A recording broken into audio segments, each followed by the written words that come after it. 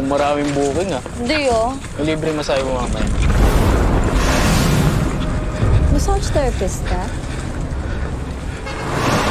Gaano katagal ka na ba ng massage therapist? Medyo bago lang. Bilib din ako talaga sa mga working students like you. Mayroong estudyante na nakapagsabi sa akin, hihingi ka din ng special? Hindi ah. Massage lang. Ah. Saan ka ba? Ako? Yung business partner ko kasi, photographer siya. Gusto ko makatapos ng college, tapos makahanap ng matinong trabaho. Ano ba yung matinong trabaho sa'yo? Leo, si Happy, yung bago natin dali. Nice meeting you, Happy. Nice meeting you too. Mataas din pala standard mo. Happy to your best. Eh di, magaling din ang photographer natin. So, anong gagawin natin? Ang corny ng pick-up line mo. Wala akong practice eh. Yung photoshoot natin, na-print mo na ba? Galing ko sana sa inyo ngayon eh. Kaso medyo masakit yung katawan ko. Paano mo ginawa to? Angulo lang yan. Maganda ka naman talaga eh. Huwag, Leo. Nakakaya kay Precious. Hindi mo ba nahahalata na gusto ka niya? Paano mo naman sabi yun? Dama ko lang. Maganda kitaan dito sa pagmamodel.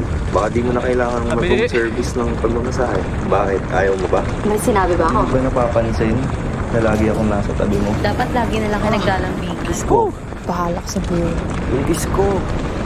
Miss, sandali lang. Anti-cybercrime unit kami. Ano bang meron? Ma'am, sumama na lang po kayo sa amin.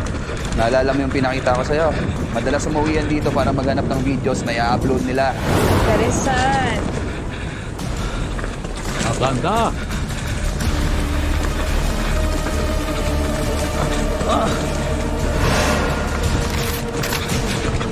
Pagkatapos ito, quit sa tayo, di ba? Kiss naman.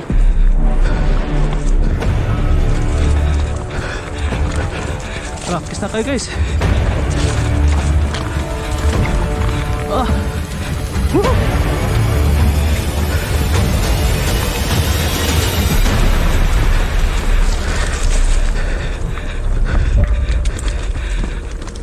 May bagong babae sa list.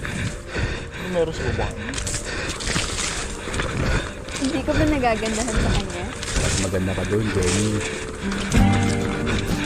Gusto ko nga mag-aral eh. Gusto ko kasi mag-culinary eh. Paano kung hindi ka nakapag-aral? Business woman ako. Ano naman negosyo sa tayo mo? Hindi ko pa alam Kagamanag kung ano matutunan ko.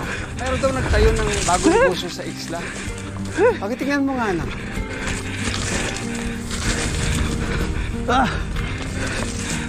Ako nga pala si Jen. Papaturo sana ako ng bagong putahe.